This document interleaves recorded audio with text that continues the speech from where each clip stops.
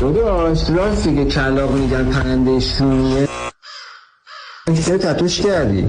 داداش همیشه میگن نماد تاریکی و بدسیبونیه، اما حقیقت اصلا این نیست. تو اساطیر کهن کلاغ پیامبر داناییه، پرنده‌ای که بین دنیا هست رازا رو میدونه. کلاغ رابط دنیای ارواح، قدرت پیشبینی، دشمن شیاطین و تشخیص انسان‌های شریر. نماد قدرت، تغییرات. بعضی فرهنگ‌ها هم کلاغ همراه خودشون یه سری رو داشتن، افراد خاص رو برگزیده بودن.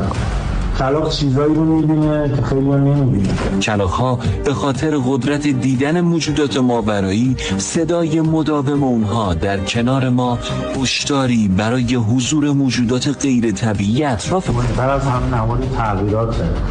کلاغ یعنی زنده بودن تو دنیایی که بقیه توش گم شدن. و این همه ولی خفن داشته داشت. واقعا اساطیری بود. فکر می‌کنم یه چیزایی در همه که به ما نمیخوای بگی با این کلاغه. این کلاغ که حالا یه بخشی از قضیه است، ولی خب ترتیبی که تو کمرم داری، من با این ترتیب زندگی کردم. این داستان زندگی من کلا.